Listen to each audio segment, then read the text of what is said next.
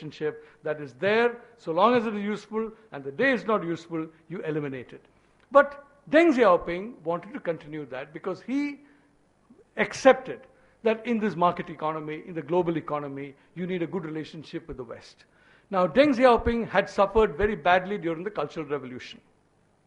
The Cultural Revolution was a situation in which the military played a very key role in being the guarantor of the bad behavior of the lumpen and the students that Mao unleashed against his own party. Now, as you know, Mao's slogan was bombard the headquarters. Huge 3-character poster was put up with just these characters, bombard the headquarters.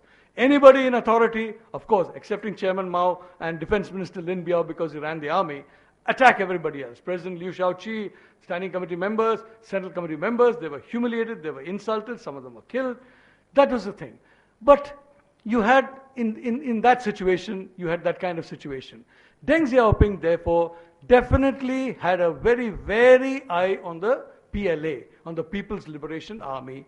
And it was during Deng's time that the resources devoted to the People's Liberation Army fell as a proportion of total income, and the military modernization, in a sense, was much lower than what could have been the case in a normal situation, had Mao Zedong been in power.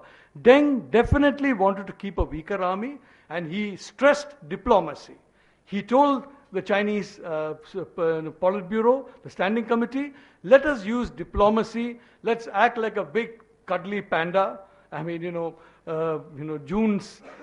friends of June use the term panda hugger when they talk about people who are very sentimental about China. So Deng wanted to be like he himself, I think, to some extent, a bit panda-ish. But the fact is that he wanted that kind of image. And he said, you use diplomacy to make sure nobody attacks us. No big power attacks us. He was even friendly to India. He started making offers for settlement of the Indian border on the lines of the status quo. And I'm sorry to say that Nehru was not the only person who made a mistake in rejecting Zhou Enlai in 1960 and 61. I mean, our chaps kept on dithering with Deng Xiaoping's offer as well. And that moment passed after Rajiv Gandhi passed away. Because Rajiv Gandhi somehow had a very good equation with Deng Xiaoping. I have no idea why. But tremendously good equation, and Deng Xiaoping made some kind of an offer for a status quo, which unfortunately at that point in time, we did not, for some reason, we didn't say no, we didn't say yes. But I'm only saying that that moment, Jiang Zemin continued that. Jiang Zemin, in a sense, is like, Deng Xiaoping is Gorbachev, reformer, Jiang Zemin is Yeltsin. I mean, he continued that same policy of West-friendly situation. To such an extent, frankly, that he infused Western culture into every bit of folk arts, popular theater, stage, literature, etc.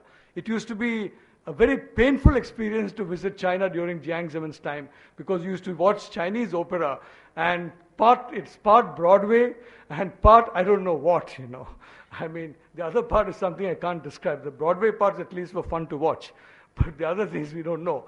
And he brought in so much of this kind of thing into Chinese culture. Now, what happened again there?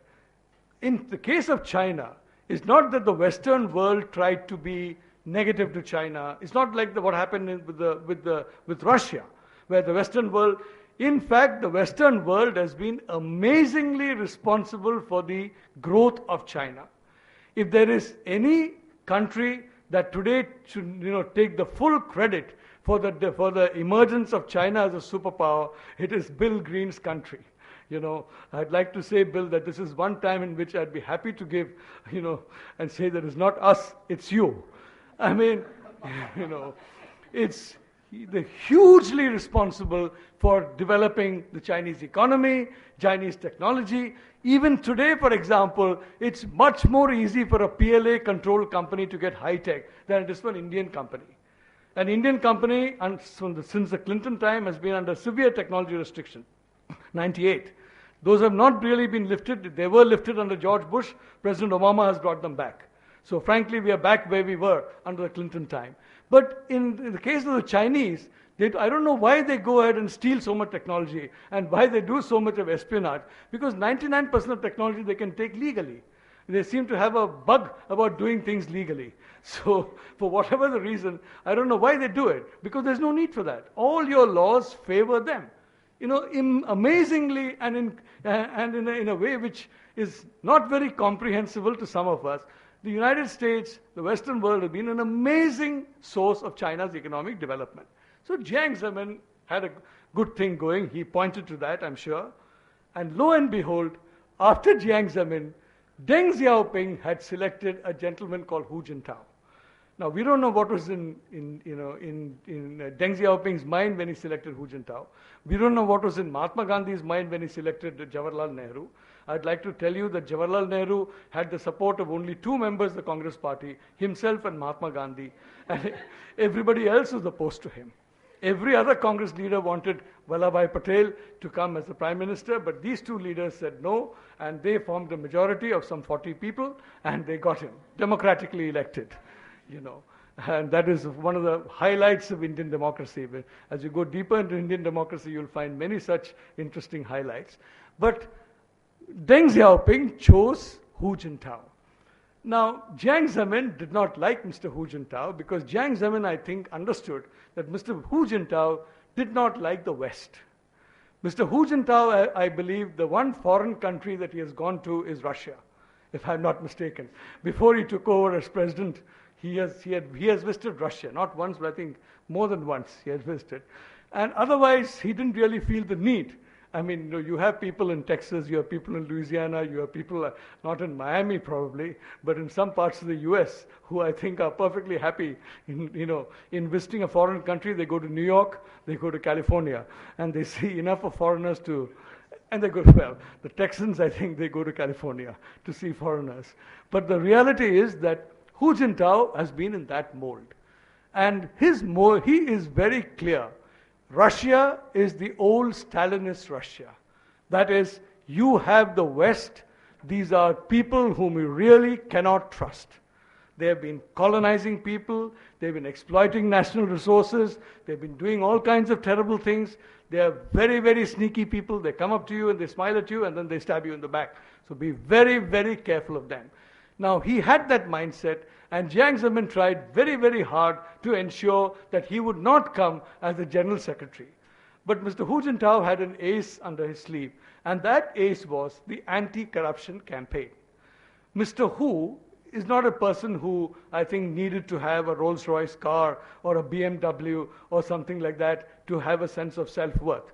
I mean, if I'm allowed to take a few minutes and say a joke about Brezhnev and his mother, may I say that joke, Arvind? See, Brezhnev's mother, Leonid Brezhnev, was General Secretary of the Soviet Union for the longest time. I mean, you know, almost as much as Stalin. And one day he saw his mom, you know, getting very, very nervous and very, very upset. So he told, I mean, why are you upset about? Look at me, come, I'll show you something. He showed her his big office in the Kremlin. Huge office, you know, fantastic, mountainous furniture, hundreds of staff. Look at this. He showed his beautiful apartment in the Kremlin. You know, one entire floor of a building is Brezhnev's apartment, the apartment of the General Secretary, fantastic apartment. Then he took her to his dacha, you know, again, a beautiful dacha with everything modern. He showed, look, I got about 70 cars, all the best cars in the world, and you're looking sadder and more miserable with each minute. What's wrong with you? He said, Leonid, I'm very worried about something and I want to tell you that. So Leonid said, what, Ma? He said, Leonid, what happens if the communists come to power in Russia?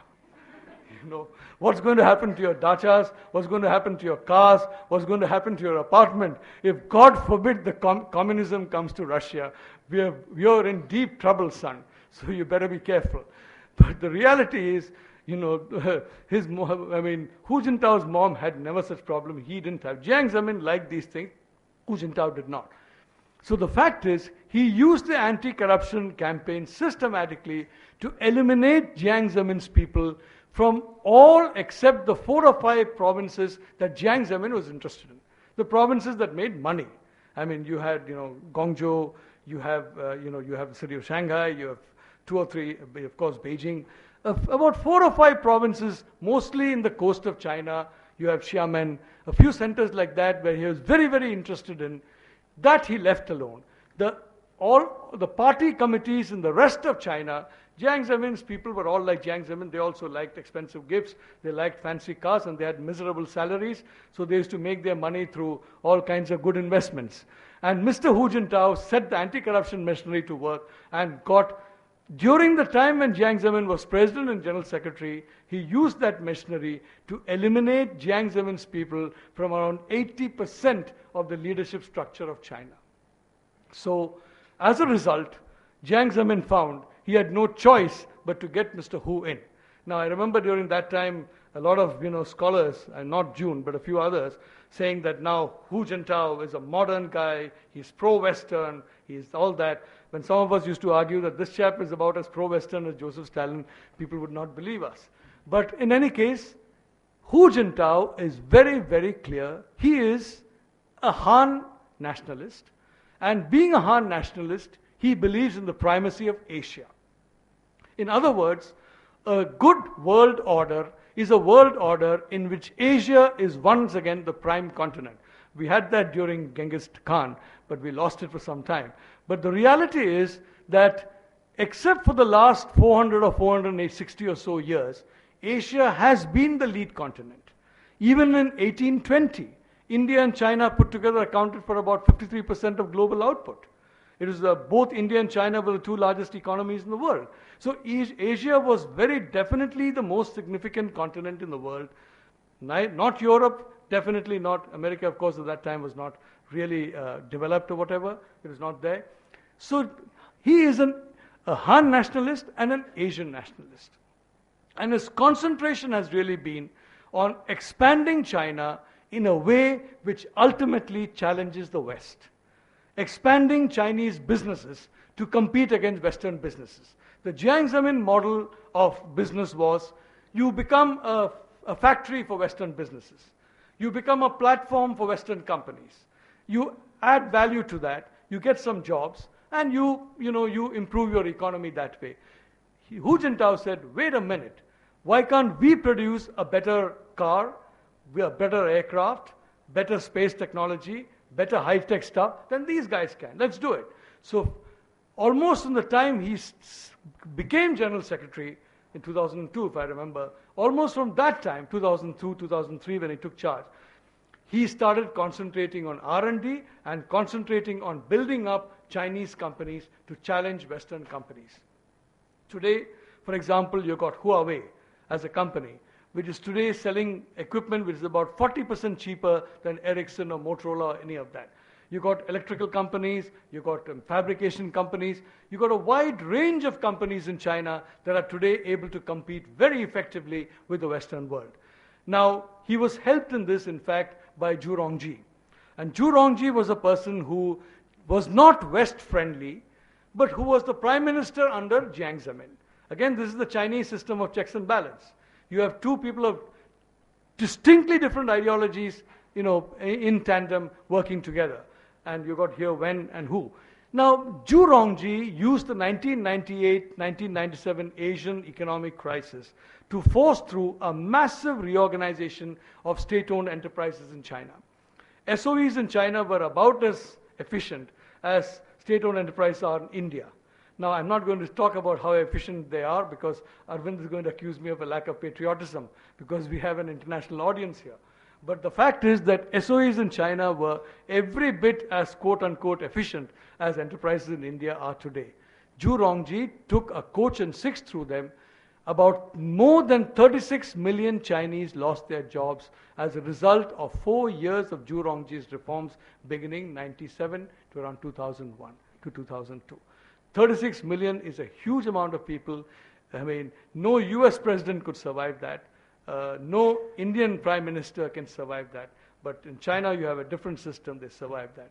The result is, the SOEs in China became a leaner, meaner, and force that since 2003 have also started to become a very high-tech force. Today, you go into green technology, you go into space technology, you go into computers, you go into any technology which involves the future, and you find China is pushing ahead very, very actively and aggressively in these technologies. Point one. So essentially, One day, I'm going to make a better aircraft, a better machine tool, a better everything than you guys are going to make, and I'm going to, finish you guys off in competition.